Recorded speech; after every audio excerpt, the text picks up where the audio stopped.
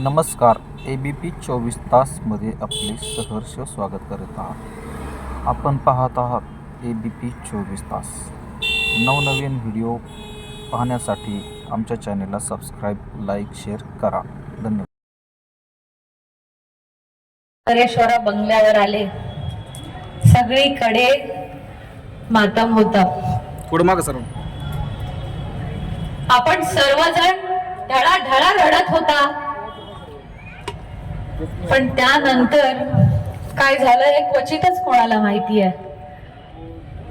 बापूंची मुलगी म्हणून मी त्यांनाही आजपर्यंत हे सगळं काही बोलली नाही आहे.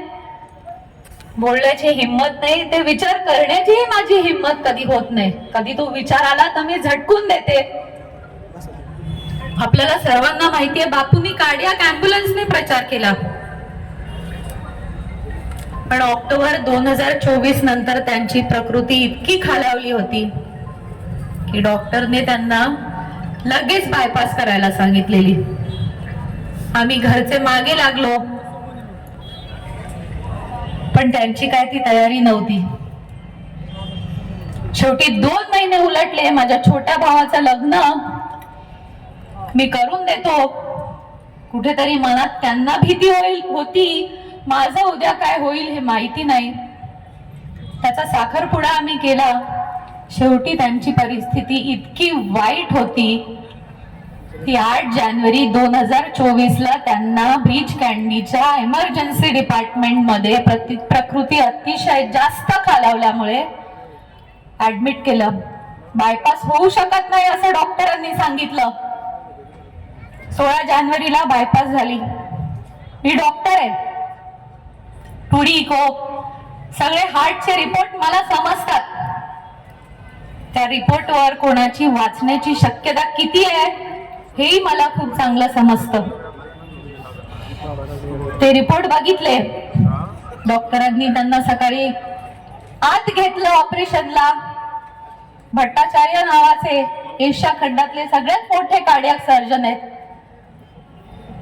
त्या दिवशी मी आणि माझा छोटा भाऊ ऑपरेशन थिएटरच्या दारात होतो. त्या दारातून ते कधी परत बाहेर येतील की नाही याचीही शंका होती.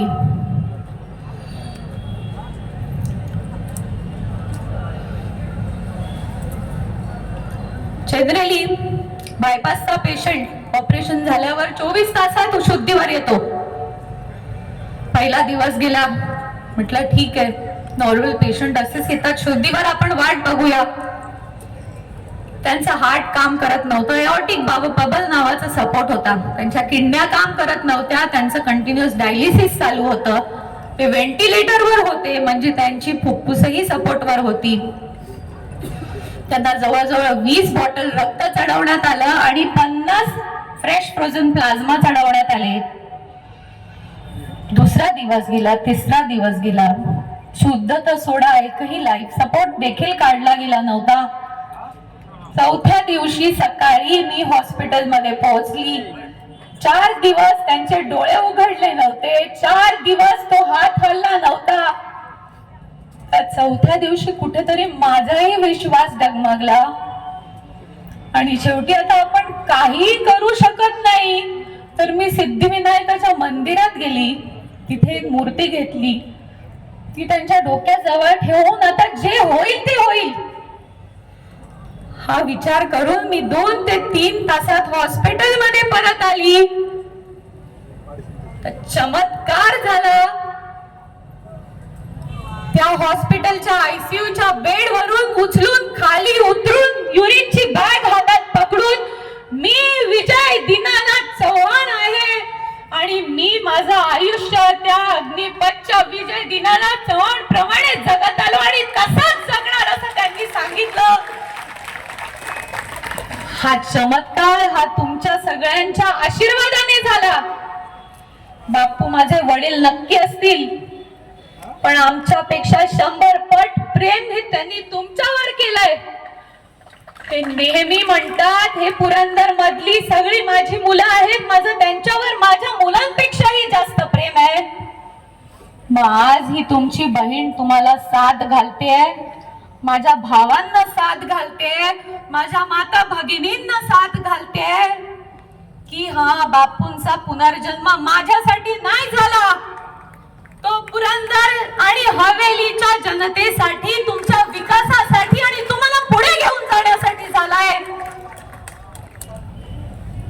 हा विजय आता आपल्याला मिळवलाच पाहिजे. आम्ही बापूंबरोबर गाडीने मरियाई घाटातनं वर येत असतो. त्या मरियाई घाटातनं वर येताना रस्त्याने काही महिला शेतात काम करत असतात. बापू मला सांगतात, माझ्या आईने अख्खं आयुष्य असंच काढलं.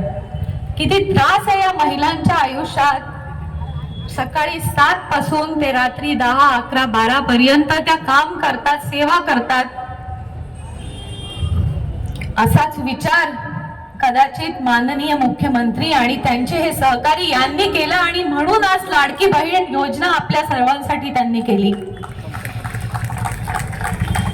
जर तुमच्या प्रती अशी संवेदनशीलता यांच्या मनात नसती तर माझी ही माता भगिनी आजही उपेक्षित राहिली असती. मी सर्व वाड्यां वस्त्यांवर जेव्हा फिरत असते तेव्हा या माता भगिनींच्या चेहऱ्यावरचा आनंद बघून खूप आनंद होतो. खोटं बोला पण रेटून बोला. माळशिरसच्या एक महिला आहेत, मी त्यांचं नाव नाही सांगत. मला फोन आला रात्री 9 वाजता, ताई हे बुरटे परत आले, ताई हे बुरटे परत आले, तुम्ही लवकर या आणि यांच्या थापा बंद करा. मी म्हटलं काय झालं? ताई म्हणे आता येऊन आम्हाला सांगतायत, आम्हाला 5 वर्ष हे दिसले नाहीत, आता येऊन आम्हाला सांगतायत पुरंदर उपसा योजना म्हणे बापू मुख्यमंत्र्यांच्या जवळचे, ते मला कामच करून देत नाहीत आणि ते तुम्हाला हे पाणी देण्यापासून थांबवतायत. माझा प्रश्न आहे,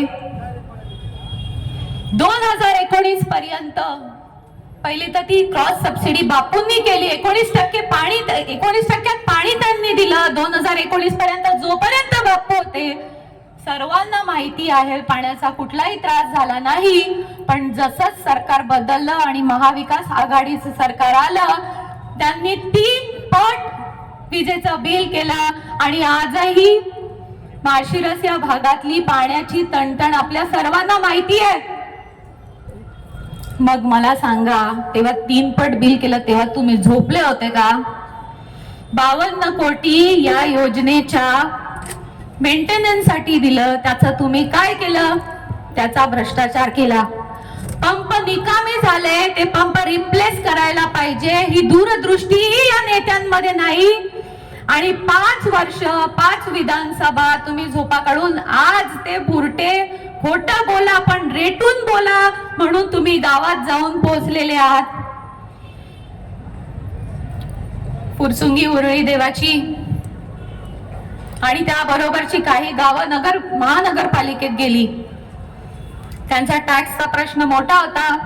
2019 ला प्रचार करताना यांनी सांगितलं, माझा भाऊ महानगरपालिकेत आहे, मी तुमचा टॅक्स कमी करून देतो. कुठे होतात मग तुम्ही 5 वर्ष? शेवटी लोकांना जप्तीच्या नोटीस येऊ लागला. अक्षरशः या माता भगिनी लोक रडायवर आली. तेव्हा त्यांच्यासाठी एकच माणूस उभा राहिला, जे महाराष्ट्रातल्या कुठल्याच नेत्याला जमलं नाही. ते काम फुरसुंगी उरळी महानगरपालिकेचं एकाच नेत्याने केलं आणि ते म्हणजे विजय बाप्पू शिवतारे. जास्त बोलत नाही. छत्रपती शिवाजी महाराजांचं आजही नामस्मरण केलं की अंगावर शहारे येतात. अरे आपल्या या पुरंदरच्या पुण्यभूमीत तर छत्रपती संभाजी महाराजांचा जन्म झालाय. आपण त्यांचे वारस, आपल्या धमन्यांमध्ये ते रक्त सळसळतंय. मग मला सांगा, या भुरट्या लोकांना तुम्ही त्यांची जी ही खोटारडेपणा आहे तो करू द्याल का? त्यांना असेच पळवून लावा. आणि म्हणून सांगते, हा संभाजी महाराज, छत्रपती संभाजी महाराजांचा, छत्रपती शिवाजी महाराजांचा विचार टिकवून आता आपल्याला सर्वांना एकत्र येऊन आपलं स्वराज्य परत आणायचंय आणि आपल्या या पुरंदर हवेलीला नंदनवन करायचंय. एवढंच बोलते. जय हिंद, जय महाराष्ट्र. धन्यवाद ताई. यानंतर भारतीय जनता पक्षाचे नेते आदरणीय